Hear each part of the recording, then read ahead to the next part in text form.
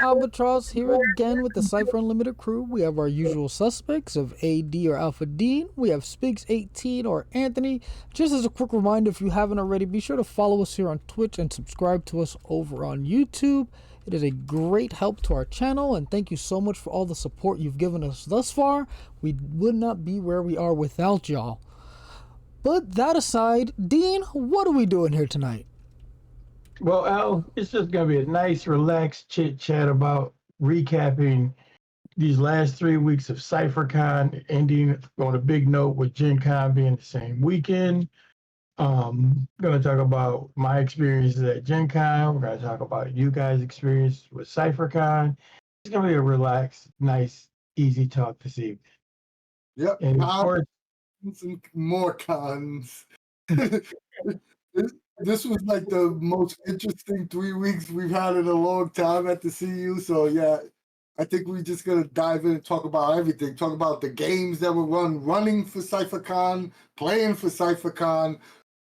We'll talk about Gen Con, even though me and Al didn't get to go this year, boohoo. But you know, we definitely gonna touch on Gen Con and all the excitement that happened there, and just Monty Cook Games like footprint in conventions as a whole. I think it's something that we never really that's a topic we haven't really touched on. So yeah, let's talk about that a little as well. So first off, Dean, let's talk about Gen Con. You lucky bastard, you the only one that went. It's not so much luck, man. It was just timing because unfortunately I'm going to have to miss Game Hole and you two lucky bastards are going to be there. But Gen Con, I tell you, Gen Con is taken on an entirely different note because one, it is so much more chaotic after you've got to go to some of the other cons that are laid back and you can kind of just have a conversation with the creators and so on and so forth. But more so than just that chaos is now you were talking about footprint, Monty Cook Games, and by association, us. People are recognizing. I'm walking through the hall. People are looking. Hey, you're that guy on Cypher. And I'm like, what the hell? But there are people there. I met people from Cypher. A couple of people from Cypher Unlimited. It was just surreal. Let's go back a little bit. Like, what was their booth like? What was the setup? Like, the booth. Well, there was no booth this year. This year, like how they had their game room set up. Well, their booth was right in their game room. So anybody who played a game, got a little $5 coupon, go over and right then and there and buy books. It was like kind of cool because Olivia Ryan was saying that people would be like midway through your game, and you're taking a break and they just going over there and buying a book and going back to the table. So yeah, it was. I mean, it's been a while since I've been to Gen Con. God damn, I think it's been like 3 years. But usually they would have their booth in the main, exhibitors lobby, exhibitor space, and then they'll have a private room where the games will run. Having that booth next to the actual games being played, I think that had to be a big boon for their sales, right? Because I saw on Twitter that they sold out on a couple of products, they sold out on Darkest House. And you told me they sold out on a lot of products as well, right? Sold out. Yeah, it was crazy. I think the only thing they really had a surplus of going back was the Darkest House and a surplus of Path of the Plane Breaker for Cypher, but basically everything else was just ghosted. They just, it was like locusts descended on the rafters. The other question I have is at Cypher Con, right? The one big games that were most sought after, let's just say, was Old Gods of Appalachia. Was that the same at Gen Con? Because we couldn't keep an Old Gods game open for more than 2 hours before it would fill up. So was that the same at Gen Con? I'll put it this way. you know, Monty Cook games are always set up for 6 players, right? Just about every old guys of Appalachia table I saw or ran had 7 people. I mean, yes, the demand was crazy. Old guys was actually and the other cool thing about it too was the adventure that you get to play at Gen Con was written exclusively by Shadow Germain. It's not anywhere else out in the wild. So when you see those Gen Con adventures, excuse me? Is it in the GM's adventure packet that you get for Yes, that's the only place it's printed. That's the only place it is.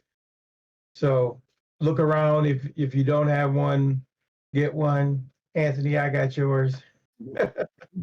I will say this, even though I wasn't there, I saw it was either on Facebook or Twitter, and this is just a tie into the old gods talk.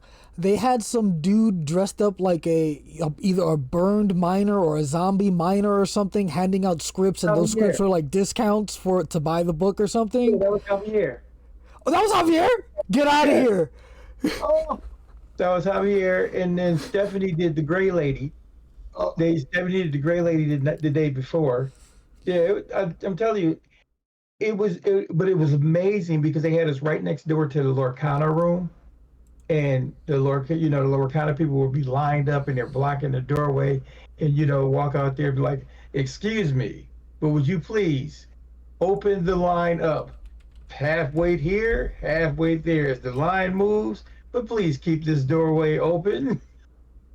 I can't believe that was Javier. At first, I didn't even know if that was a Monty Cook Games, like someone from MCG was dressed in it. Because, like the way they put it on Twitter, I thought it was like somebody, just a random fan cosplaying. But now you're telling me that it was Javier, because the costume was hella cool. But now that you tell me that it's Javier, that makes a whole lot of sense. It was Javier and Jennifer Wells, her daughter did the makeup, so it was pure hotness, So yeah. Javier's one of the graphic designers for Monty Cook Games. He worked directly under Bear. The other cool.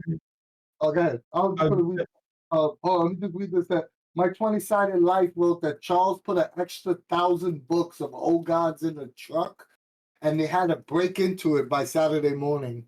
Yep. That's bananas. That's My 20-Sided Life. That's Andrew Cady. Yeah. And long time no see. And let me tell you, man, he's not lying. I mean, the books were flying off the shelf. It was just crazy. Never seen, just such a wave of, of product being sold like that. I miss Gen Con. It's been a while. You know what I miss about Gen Con? Gamehole Con and all these like smaller cons that we go to now. I love the family atmosphere, but I just like the chaoticness of Gen Con. I like the drinking to 3 in the morning with Eric and just hanging out and then waking up at 6 a.m. to prep for a game. I mean, we still party at like the other places, but not like we do at Gen Con. Gen Con is ridiculous. Dude, and like I said, and what I've learned, yes, me, I'll run games the whole weekend. I literally didn't sign up to run a single game. I just told Tammy I'll be a fill-in. I still ran about 8 games that weekend because just filling people weren't showing up to the GM. They needed a table. I did one time. I just had to do a fill-in table. We just did an extra table of players, of people who wanted a game but could never get into one. So I ran one. It is chaotic, but it's still a lot of fun.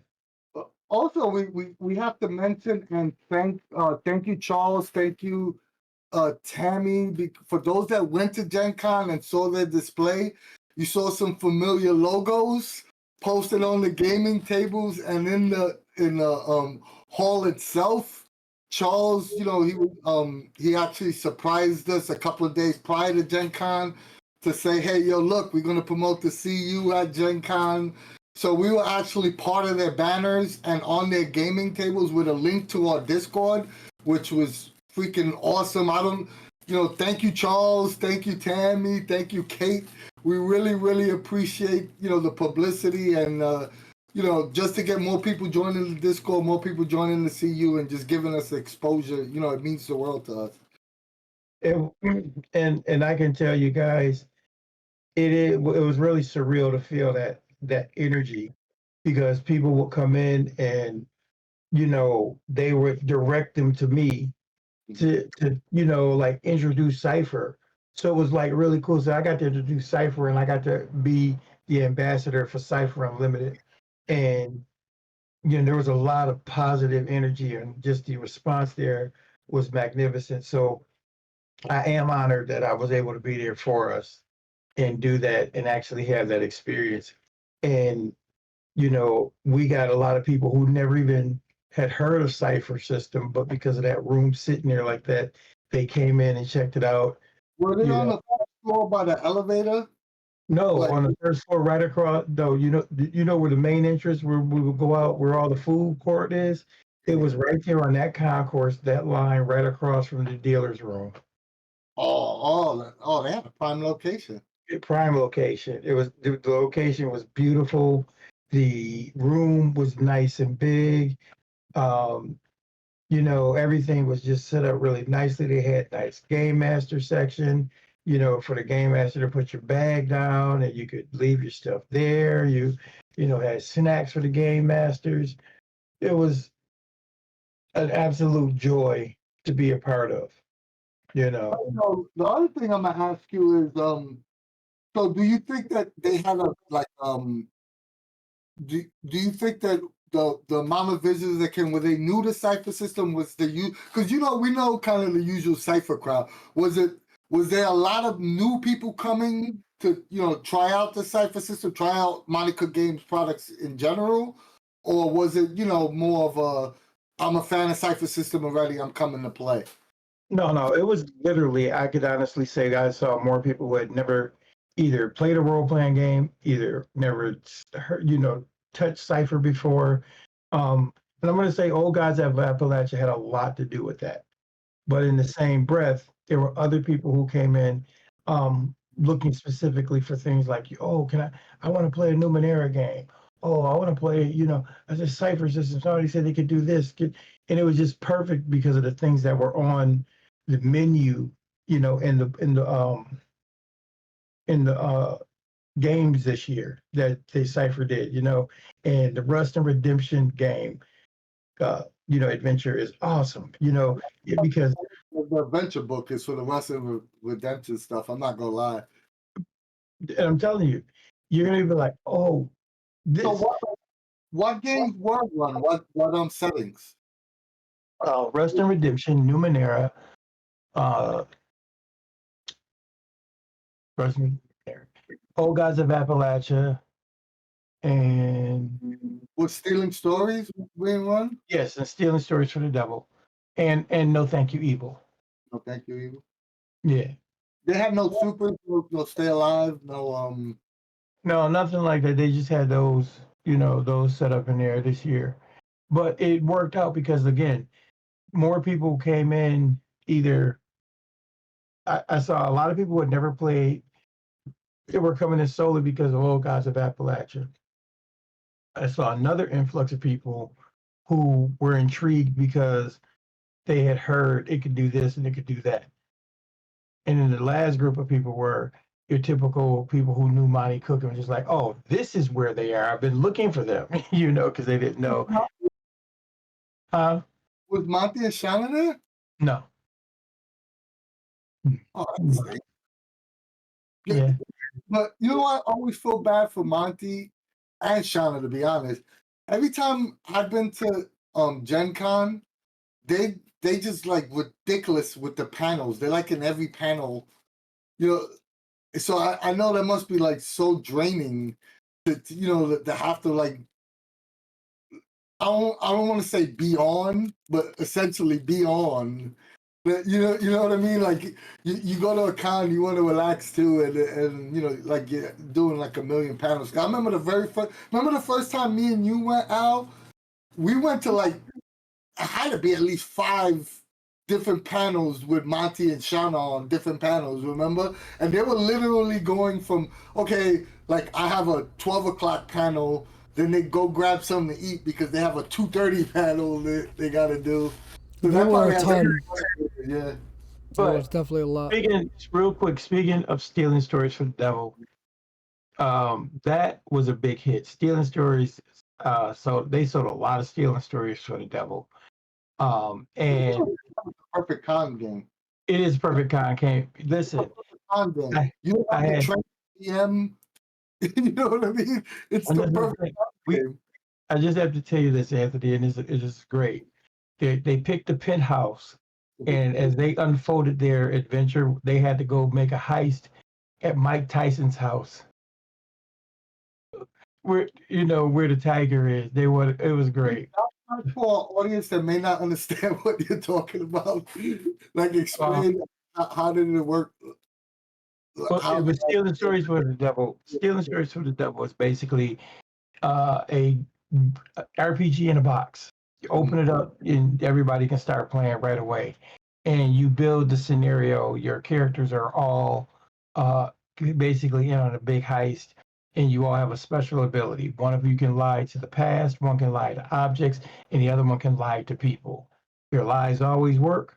Your dice rolls only determine at what consequence they do work. But it is it's a great game. So and then you get these anomaly fields, and they have to go in and steal some kind of item and bring it outside the zone in order to basically win the day. And that's about it. All right, so with Eric here, did you get to see any other, like, did you do anything else at Gen Con besides MCG stuff? Like, did you get to play anything, look at any other cool things? Because Eric, since Eric is here, Cobalt Press were premiering their new system and their new playtest. Did you get to check that out? I went over towards there, and Eric wasn't there when I got there, but that's another story. But yeah, I got to take a look at that. It was actually pretty cool. I think it's going to be a nice alternative to D&D, and also alternative to Pathfinder. I think it's going to find a happy medium between the two, with complexity versus flexibility or versatility. So it's going to be pretty cool. Also, I have my copy of the Marvel Multiverse game. Got it signed by Matt Forbeck and all the rest of the designers and creators. So it's pretty cool to see Matt. My copy's coming in, and I'm taking it with me so Matt could sign it at Gamehole. Yeah, because it was really cool to get the signatures. I haven't gotten to play the finished product. I have looked it over. It seems a bit more streamlined than it in the playtest materials. But I know this is a Cypher show, but yeah, I 100% would agree with you. The playtest materials were a little bit all over the place. I'm hoping that some of the stuff gets streamlined a little bit. and that's what I'm looking for. But we'll get a better review of it later. But other than that, what else? There's an actors guild I met. They were pretty interesting people who do like gamer related movies and stuff. I gotta find their card. I got their card. We have to put it up. It's pretty cool. They do like Darkness Rising, like the old. they do stuff like that. Yeah. Oh, we forgot to mention one thing. You mentioned to me offline the other day that you saw a physical copy of Tidal Blades. Let's talk about that. Okay, so this is the working copy. So, or the test copy, as they call it, and it gets to go back and forth while they work out the kinks. But I have to tell you, Monty Cook, Bear Wider, the Cuddingtons,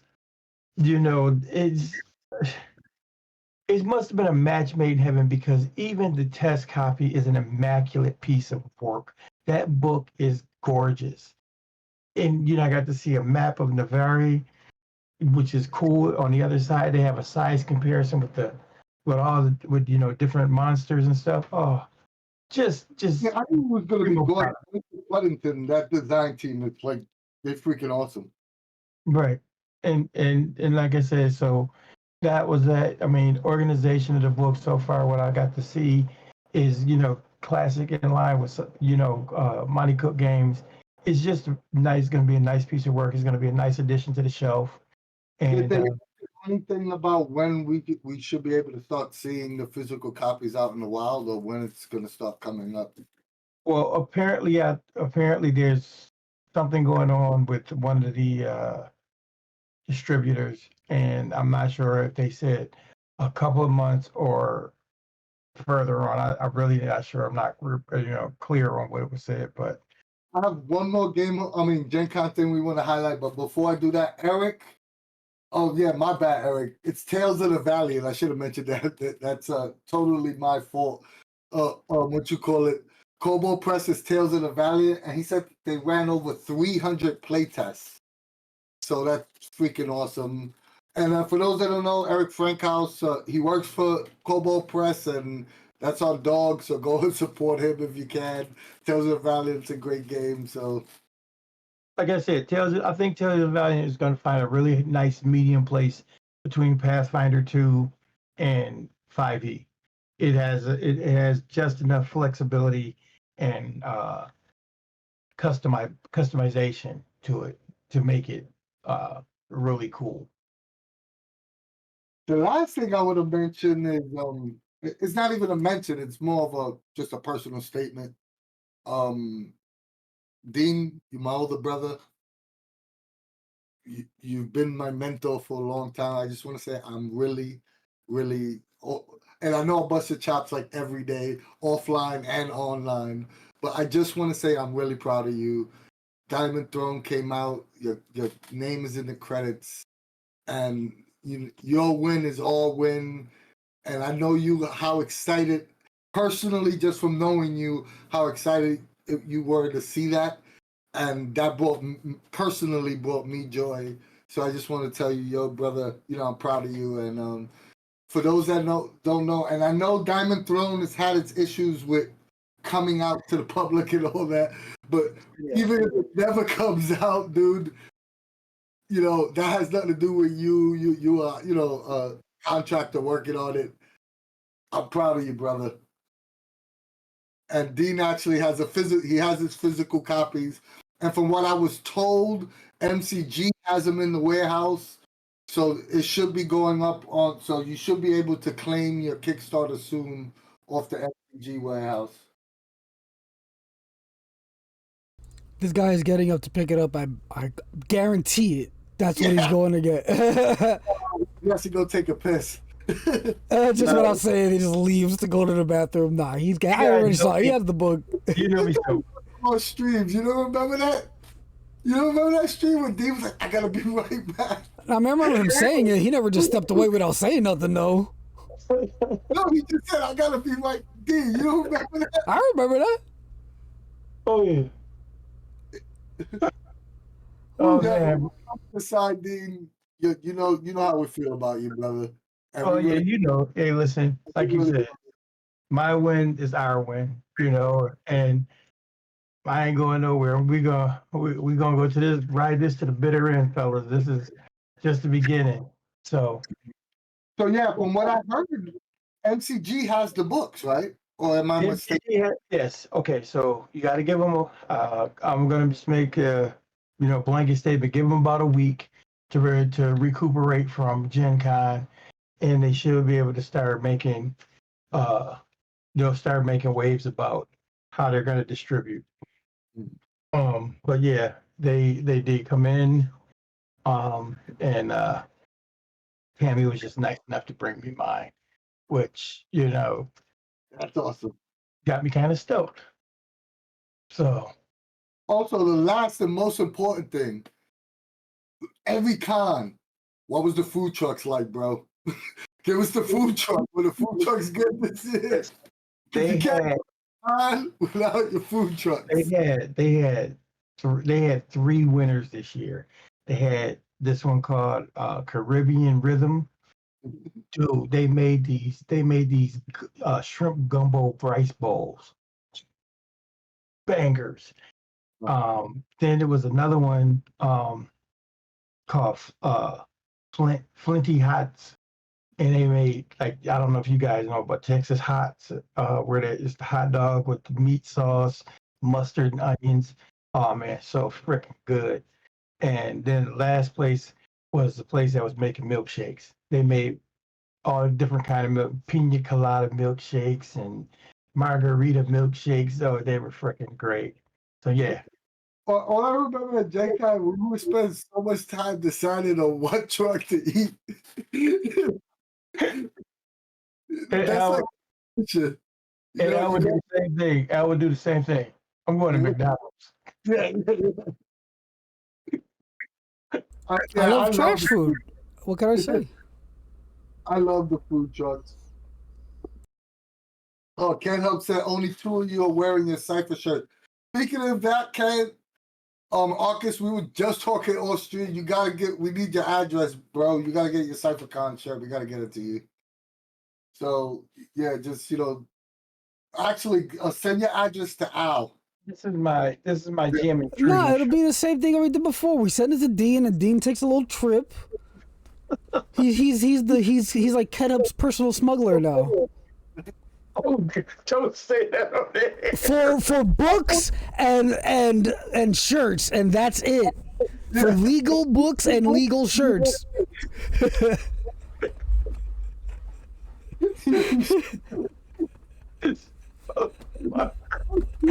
Oh god.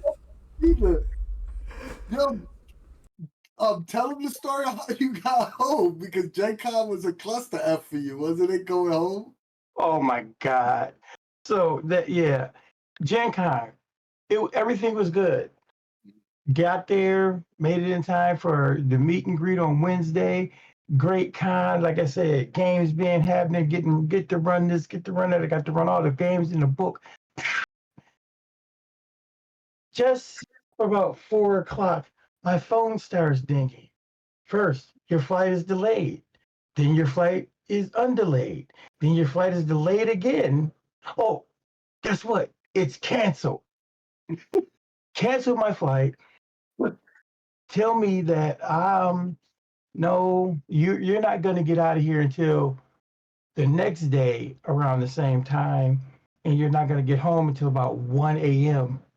that morning. Nah. Dean was like, you know what? Give me a car rental and I'll drive. And that's just exactly what I did. It was an 8-hour drive. I was like 7 hours and some, but I made it 8 because I made a stop and got me a sandwich. So God bless you, because I've been choking the flight. It was just like, you people suck. Long drives. I always have an audio book with me, so I'm good to go. What's up, Brandon? Yeah, so we talked about Gen Con. MCG seems to have a great presence. Had a great presence as usual. I think it's really cool that you said that they have their game tables right next to their booth, similar to how they do it at Gamehole Con. So I could definitely see if it I would personally think that would increase sales. And ultimately, the more people buying books, the more people playing is good for everybody. It's good for all of us. If you're just a fan, I know you don't think it affects you directly, but it absolutely does. Because when you post for games or you're looking for people to play with you, the more people that are purchasing the products and are interested in the same game rule system as you, the more players you're gonna find. So it helps everyone. But let's talk about a shirt. Let's talk about real quick. I was gonna say, the more players you find, is just the more it becomes a reciprocating machine. The more revenue that comes, because they're going to continue to introduce more people. So, let's talk about Cypher Con. We had okay, you was gonna say something, man? We had 3 weeks. It was put together in about 4 days, and we learned a whole lot. I mean, the first thing I would say is that first week of Cypher Con was rough and stressful. It was just it was let's just say it was an interesting situation. You know, it was I know that we could have done so much more, you know, and we could have made it a lot better, but I think towards the second week we started, you know, like figuring out what to do and, you know, like figuring out the process a little better, and I think it went smoother. But yeah, I think it went well for something that was set up in 4 days, and to run, to run 3 weeks worth of games. We played 48 games, yo. We had almost 280 something players. I'll put it this way. I'll put it to you this way. Kate basically said, "You lads were smashing." So for that to come from, you know, them, and the fact that it highlighted a lot, I guess they did get an influx of communication or whatever. It's just a beautiful thing. So, you know, hats off to Anthony and Al, because they did like 99.99% of everything that went on through Cypher Con. Man, Yeah. you know, Personally, that shit was stressful, dude. I know. Especially when we had like these 8 a.m. games, and you know, I have to be at work at 8 a.m. So I was getting up at 6 a.m. just to make sure that they were assigned a table and there were no issues. Get my kids ready for school, and then get to work on time. So you know, those different time periods, like those different setting it up. I don't think we're gonna do 3 weeks again, to be quite honest. But I do think we could do a Wednesday through Sunday or something like that. Because or even if we did like maybe 2 weekends, but saying it this way, what you're saying probably would make sense too, you know, because I spoke to Kate and was saying like 6 months, 4 to 6 months in advance. But then we could even have some people who would be like temporary admins if they wanted to do those overseas days. I don't necessarily want to get into too much logistical stuff, but yeah, I know. But we definitely it's gonna be done 100% different. I just don't think it's gonna be done like in a 3 week span. It's gonna be more done like you know, like people like panels, a bigger giveaway, more of a con format. Because essentially, in my eyes, what we did was a mini con. You know, right. Like the stuff that we provided was a mini con. But just so people are aware that no one in Cypher Unlimited or any of our mods, none of us get paid. We don't generate any revenue. Or the only we don't generate we generate very little revenue over YouTube and Twitch. It's enough to get a cup of coffee and maybe a pizza to split between the three of us. So like, you know, like all these hours that were put in were essentially done for free. And you know, it was done for the love of the game. It was done for the love of the community. They did, you know, they came in and helped out, but we couldn't. I wouldn't expect them to, or even ask them to, you know, to do the level of moderation that was needed, and we're not paying, and no one's getting paid. You know, that's you know. So we definitely going to figure out other ways of maybe handling it. We also want a bigger we want a bigger presence from MCG themselves. We had Sean make the videos, which was fantastic. But if we had more time, we could have possibly had someone from MCG actually running games and doing live panels, you know, but you live and learn. What were your guys' experiences with Cypher Con? I mean, the same thing basically. We learned that 4 days is an okay amount of time to get something done. Like you said, it gave us the opportunity to present forward a mini con, so to speak. And I think, given the circumstances, it all went really well. What you call it? We have 48 games, which is not a small number, even if it was over 3 weekends. That's a huge amount of games. Almost half, 50, half 100. That's quite a bit. And we had a pretty widespread of games being played, with Old Gods being the shining star of it. Old Gods was Yeah, it was bonkers. Basically, those games were always full, and as soon as someone dropped out, that seat would get snapped right up. But as far as the experience as a whole, it was more of it was a good learning experience, like you said. Like we learned more about how these things could possibly be handled better, especially if we, actually have the time to fully prepare for it. But other than that, it was fun too. It was fun seeing all the if you went on the server while games were being played, you saw like 6 games full of people at the same time, or however many we had going at the same time, and then that's seeing like, what is it, 36 people connected to the server, like to the voice channel at once.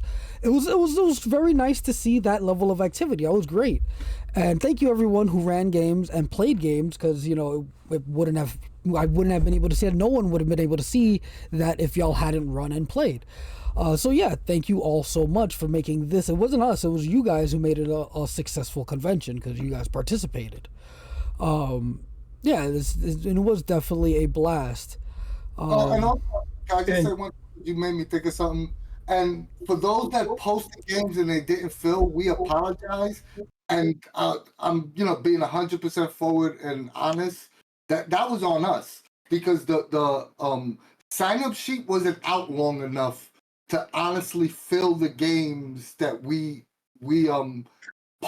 had posted, right? And that was one of the first mistakes we made at the very beginning of the con.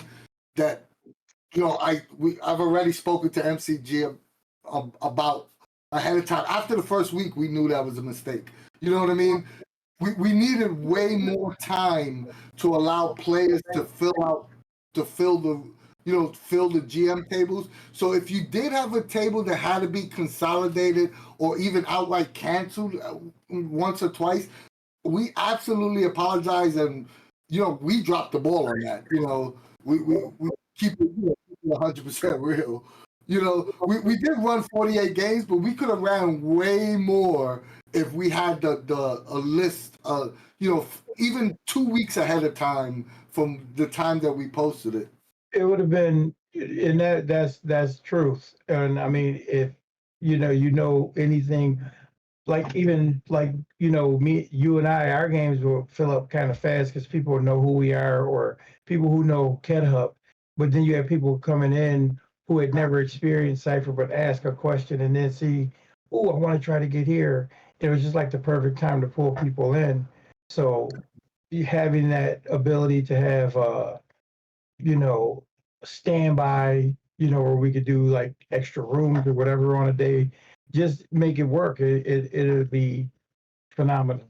I mean, I think actually having it even extended 2 weeks would have helped out a lot more, because there just wasn't enough time.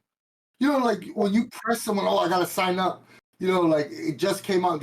Like we put up the sheet and the con was like starting in 2 days or whatever. Exactly. It wasn't enough. Even Gen Con has their games list a month in advance, 2 months in advance with games posted. You know what I mean? And exactly. I mean, going in, we knew that was a mistake. Like that was a conversation we had, but we were like, F it, we're gonna, try to do this. Right. So we knew that it was going to be an issue. I just still feel bad. Like us as the CU, we feel bad for those people that took the time and had the faith in us to post a game to run and it didn't get filled. It just personally bothers me, Right. I got you. So I just wanted to, apologize on behalf of the CU. And I will say this just to to kind of come back to the Cypher Con experience. I did run one game, my Tidal Blades game, It was fun. It was a lot of fun. Thank you everybody who played. I will say this though, that jet ski race was fun, but hella sloppy. I need to streamline the hell out of that. What was the name of your game first? Oh yeah, let's talk about the games we ran. What was the name of your game? What is it? Rising Champions Festival, I think is what I called it. But yeah, it was essentially a play test for this. And it was great. Don't get me wrong, I had a blast. The players said they had a blast. I have to believe them. You know, that imposter syndrome always kicks in. But yeah, it was kind of sloppy though. I will say that the race, but a fun kind of sloppy. And it definitely helped that I had. I don't think he's in the chat right now, but Guts McGurk was basically a backup GM for me. He is a regular Title Blades GM. So he was interjecting with like lore stuff and like what would be like, you know, analogous, whatever, what would fit the game better. Even though I definitely did go outside the realm of the game by including like big screen, like jumbotrons and phones and whatever, but it was still a lot of fun. I ran Sky High and I was planning to run 2 more games, but then I just got caught in the back end of just doing the you know, just basic con management in the background. That I quickly realized that I couldn't afford the 4 hours to be running a game because I was putting out fires. pretty much Friday, Saturday, Sunday, I just had a fire extinguisher next to me because I was putting out fires all day. But I ran Sky High twice, and I think the groups all had fun. I had a blast with all the groups. It was a hell of fun, and they both ended dramatically different, which is always cool, and it's the same adventure. So I thought it was a blast. I had a great time both times. How about you, D? I got to run my game, my Weird West game, Tears of the Lost, and it's a little trope that I've been enjoying. It's a group of your group of outlaws who just robbed a train and get chased by a posse onto a haunted plantation. And the game goes different every time, but in this particular one, it's the closest thing I've ever come to a TPK in Cypher. So it was pretty solid, you know, a lot of fun, and it just shows the flexibility of Cypher again, you know, what you can do. And we had multiple people, Ked Hub. I know Ked Hub, Brandon, Samuel. We had multiple people that were running. At one time, right, Brandon, I could be wrong, and I know Brandon's in chat. He could correct me. But Brandon was running back-to-back games on Friday and Saturday. He was running a 1 o'clock game, then eating dinner, and then coming back and running a 7 o'clock game. And he did that twice, back-to-back. And I know Ken Hupp was running, you know, Friday, Saturday, Sunday, or you know, consecutive days. Samuel was running multiple days like that too, and you know, we really, really appreciate it. You know that sort of support. I know we don't always get to thank you, but we really, really appreciate it.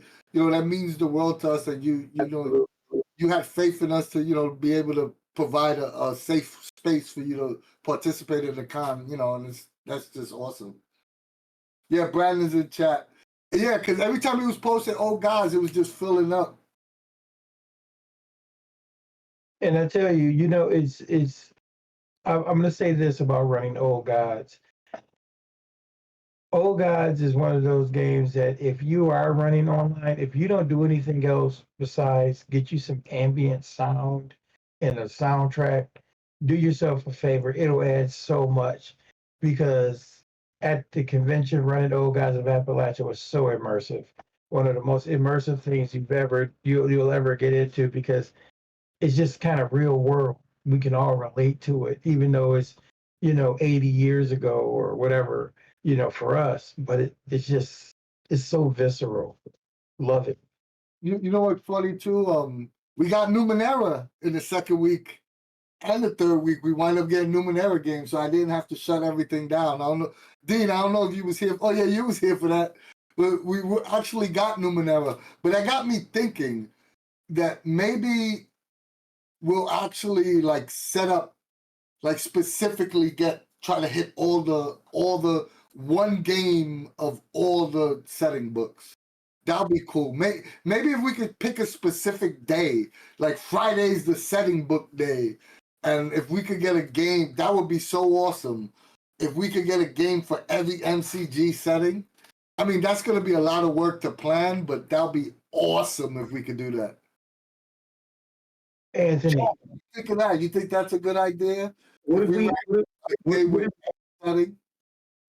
if we tried to host it like that? Just do a weekend of each setting. Be like, If you're willing to do that, Dean would be like, yo, you want to do this? All right, Dean, you got to get up at 4 in the morning. Nah, I can't do it. Don't volunteer work for me, dude.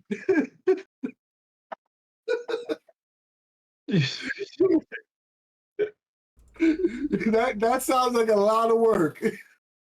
I'm talking about just one day of games where we'll do every genre. We'll have like 12 GMs, one each picking a genre, one of the setting books, and running an adventure. I call predation. Mm-hmm. Oh, I'm calling it right now. Predation. Jason calls me all mad here. I got the origin. Oh, nice, yeah. I will probably take Stay Alive. Of course you will. If we're doing 2, I also call Gods of the Fall. Nah, I was gonna say it's either Stay Alive or Gods of the Fall. Those are the 2 that I would jump on immediately. We didn't get a Strange game, did we? No. Mm-mm. I don't recall one. But yeah, there was still very many games. Ked, thank you very much, Ked. That's nice of you to say. Ked wrote, "No thanks necessary. Dean shook my hand when he came to visit. Haven't washed that hand since. Gonna bronze it in a jar." I think it smells like buffalo wings. But buffalo wings and gaming dice. With hot sauce. It's a gaming dice. Frank's red eye. D20s and gaming dice. We gotta put that in a cologne. Yo, what's that smell? The D20s and buffalo sauce. And if this hypothetical situation happens after Magnus Archives comes out, I call Magnus Archives too. Yo, you see what's been going on? Oh, wait a minute.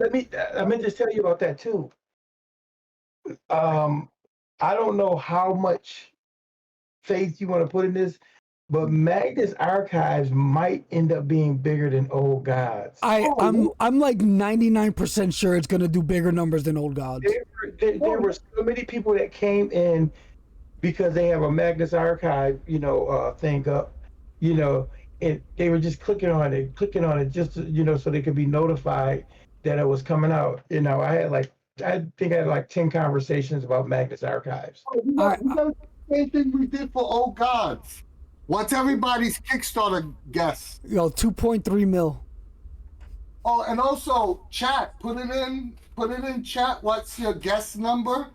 Because didn't we give away a coupon or something like that last time? Yeah, it was like $50. We gave like a coupon. All right, so 3 mil would be bonkers. You say 3 mil, is that your final? No. I say 2.3. 2.3 is mine. I'm going 3.3 million. First of all, you guys are both nuts because I would love if it went 3.3 million, but I'm going 1.1 million. Nah, Old Gods did 1.8, right? No, Old Gods did. Let me look it up. 2 million. Old Gods was close to 2 million. No. No. I'm positive it was like 1.8. Oh, it was 2.1. It was 2.1. Thank you. Yeah, man. How are you blanking on this? That shit was gigantic, bro. Dude, I told you it was 2 million. 2.1. Yes, 3.3 is not far off, buddy. Yo, if Old Gods was 2.1, I'm definitely changing my number to like 2.7. Hold on. You absolutely positive Old Gods did 2.1 million? It did big numbers. I'm looking at it. I thought it was 1.8, right, but chat is saying 2.1. Oh, god damn it. Yeah, it's bonkers, bro. It did numbers. Exactly. But Old Gods, with that being said, Old Gods will be at 2.7 is my guess. I'm gonna go Magnus Archives 2.7. Oh, you I'm said saying 2.7 million? I'm Yeah. saying 3.3. What did he say, D?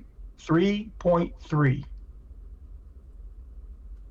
All right, I'm still going 2.699. This guy. It's without going over. Don't forget.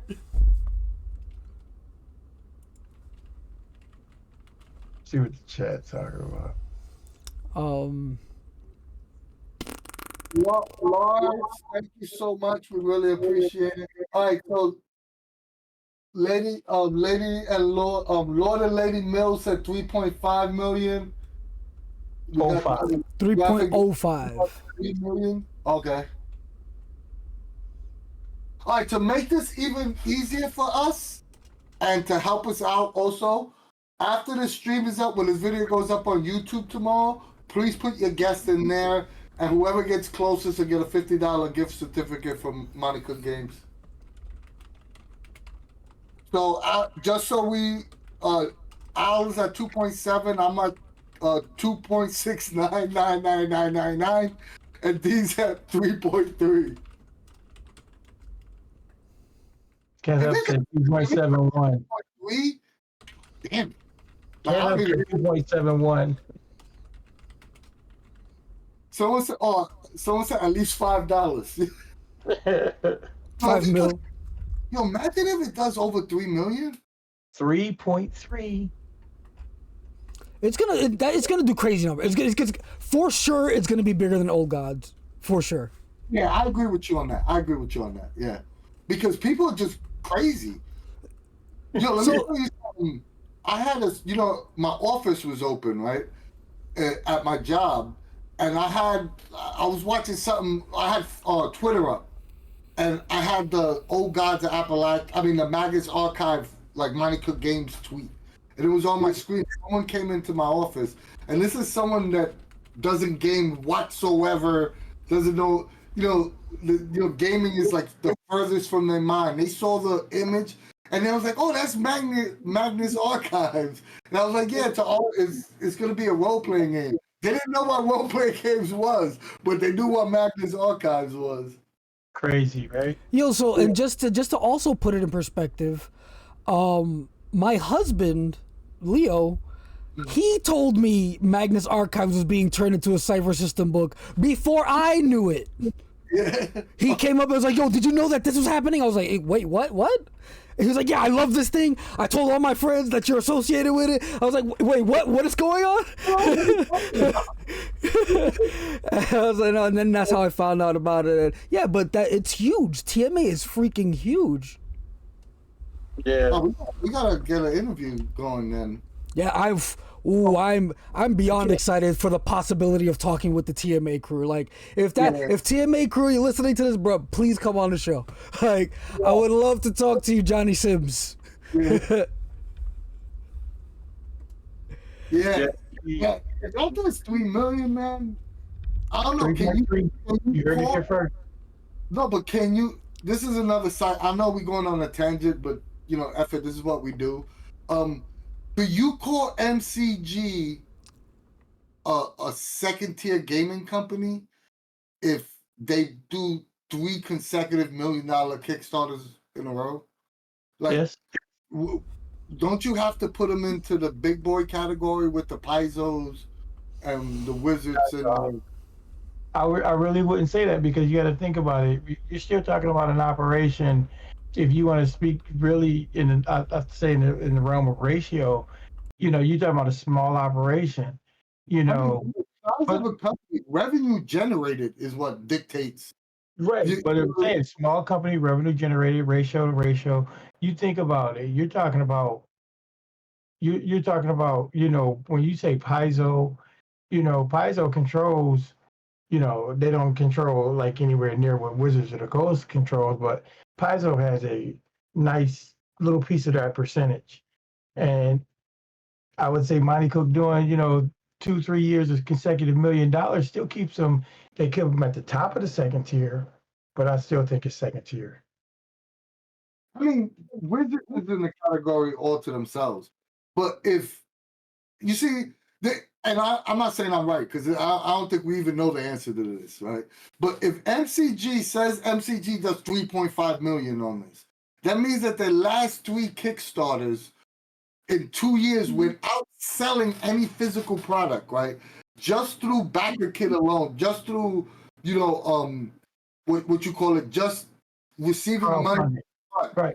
Just through crowdfunding, you're talking about somewhere between 6 and 7 million for a team that has like 12 people, right? So the overhead isn't as high as like say a Paizo that's has 500, 600 employees, right?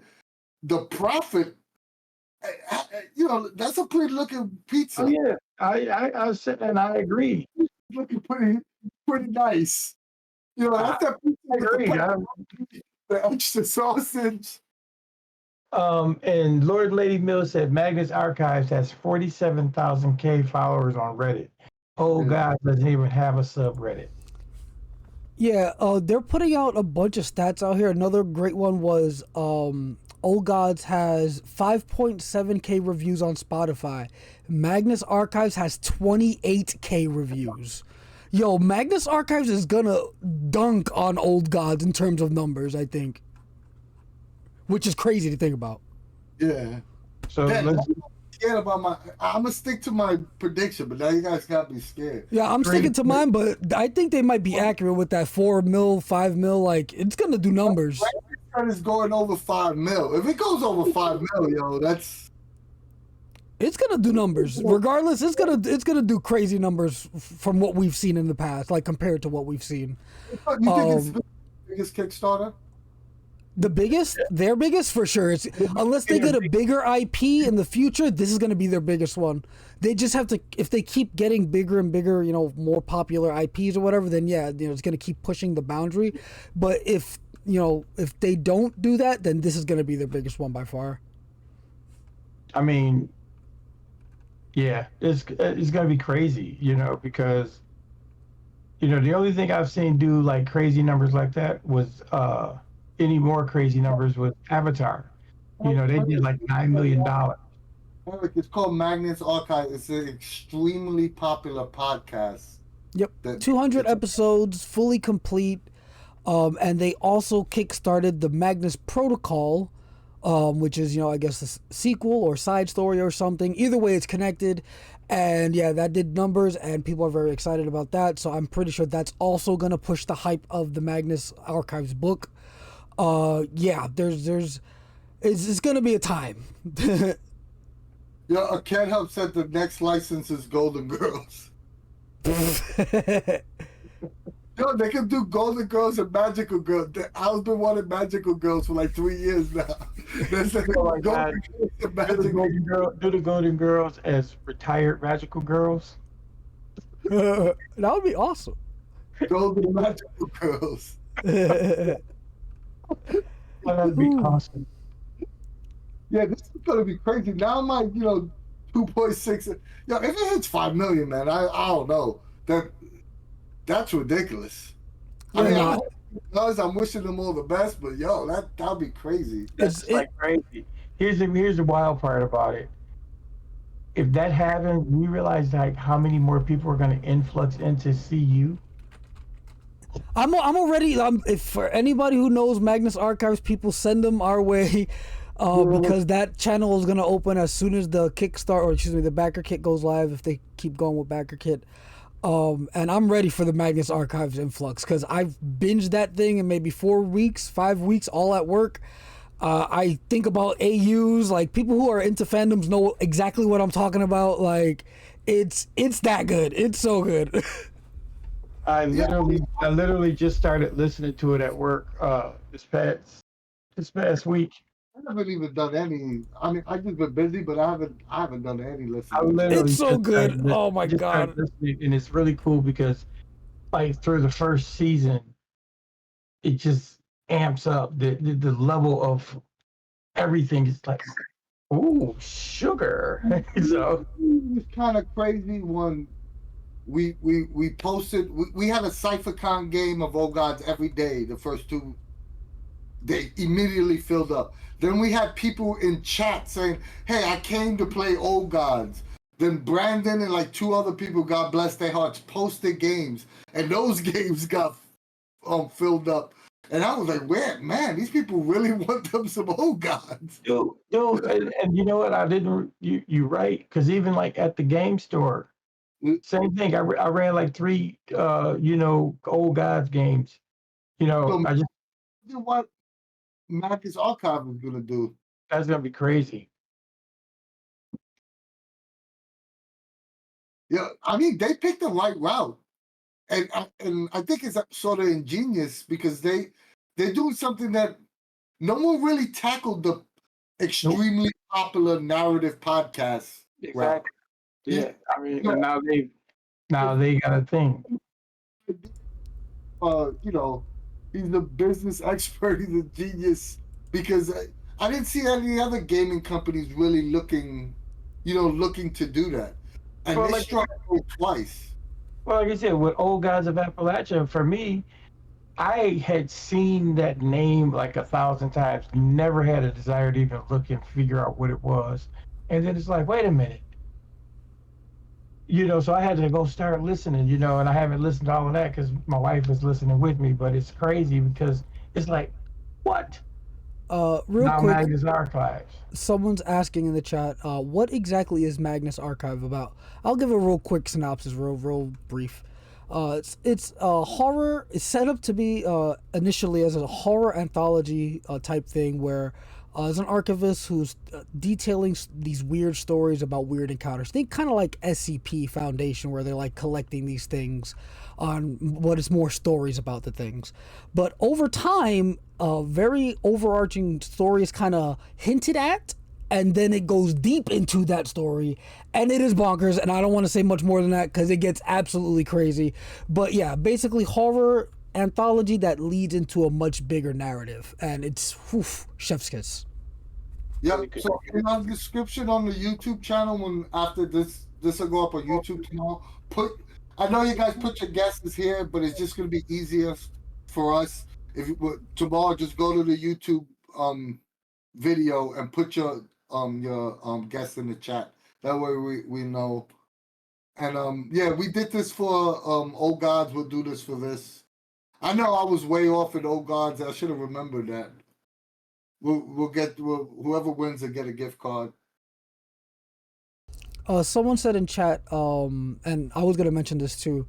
Renegade, the company, just picked up "Welcome to the Night Vale," as a IP for a role playing game book, and I think Montica Games really set a trend with Old Gods and with now Magnus Archives. I think we're gonna see a lot more indie companies doing that. They sold 2.1 million on a backerkit. It only makes sense. It only makes sense to tap into these things, especially for narrative games, because MCG Monty Cook, is giving us a show of power. We've played Scooby Doo and this, that, and the third. Now they're just going out giving people wholesale universes that they get to play in and build in. You get to, just imagine Buffy the Vampire Slayer. You're part of the universe now. You got your own Scooby gang doing your own whatever. But you know what I think? Well, like those things you mentioned, I think that's more expensive than the route of going into taking a podcast. Like, even though I think Magnus Archive is probably just as popular as Buffy, but I think since Buffy's on television and it's owned by a movie studio, I think what you pay for the licensing, I could be wrong, is probably way more. So they're taking something that might not necessarily be a high licensing fee and turning it into 2.1 million on a Kickstarter. You know what I mean? I hear you, but I mean, which is even more impressive, to be honest. Exactly. I'm still baffled at the 2.1 million. Yeah, I can't believe you didn't, like, that wasn't imprinted in your mind that it broke that number, like. And I'm usually stat guy. Yeah, that's what I mean. Like, I was surprised. What did you say initially? Like 700K? Like, that's what you thought it was? Like how? You know, like, no, dude. Because he's like 1 point. I'm like, no, dude, 2 million. But yeah, I think this has been a good talk. We got off the rails there with Magnus Archives, but I think this has been a great talk. Yeah, last but not least, everyone that attended Cypher Con, played games or even just showed up for this the swag bag we had provided for you and just joined the room. We really, really appreciate it. We thank you so much. Thank the GMs, thank the players that played. It was an awesome learning experience for us. And it's not too late. We do have some Cypher Con merch, right? And I'll go into my spiel unless Dean wants to say something real quick. Just want to say thank you to everybody who came to the Monty Cook Games room, spoke to me, joined. If you're out there, if you're somebody who just joined Cypher Con, just joined Cypher Unlimited. Thank you. And, it's just been a pleasure and our pleasure to be able to be a part of this community and be able to help facilitate something for. So thank you guys. Thank you so much. And the CypherCon channel will be closing, tomorrow, Al? No, it's already closed. I said tomorrow like 2 days ago. It's gone. Samuel asked about the swag bag. We can hook him up. Yeah. Yeah, we'll hook you up. Dude, come on. You was at CypherCon literally every day. You didn't go pick up the coupons. It was there for like 4 weeks. We'll hook you up, though. Yeah, we'll hook you up for sure.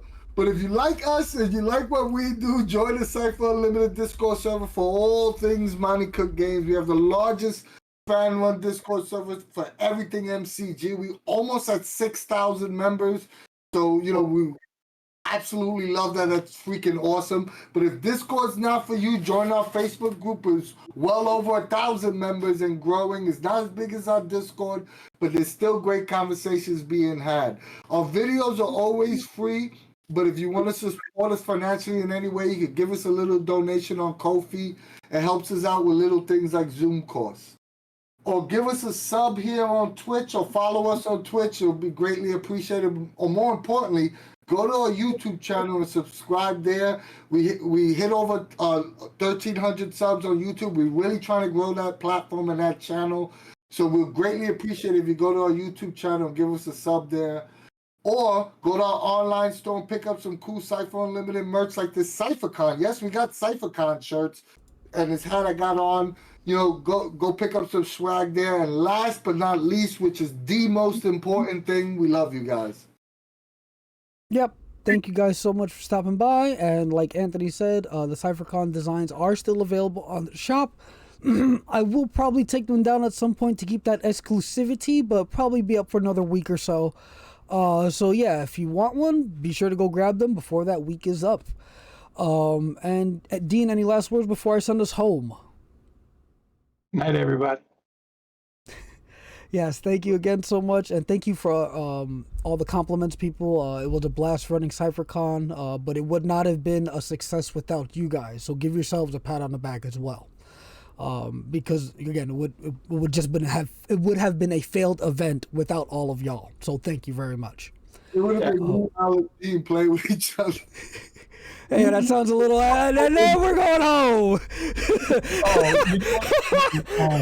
I'm too tired for this. All right, thank you guys so much. Hey, hold on, real quick. Manian Lou. Yeah, you're anytime. I'll hang out anytime. That's what I like to do. I love to talk Cypher. So hit us. Talk to you later. Thanks again. All right. Now stop acting up, y'all. Thank you guys so much. Have a great night. And from us at the CU, we will see you later.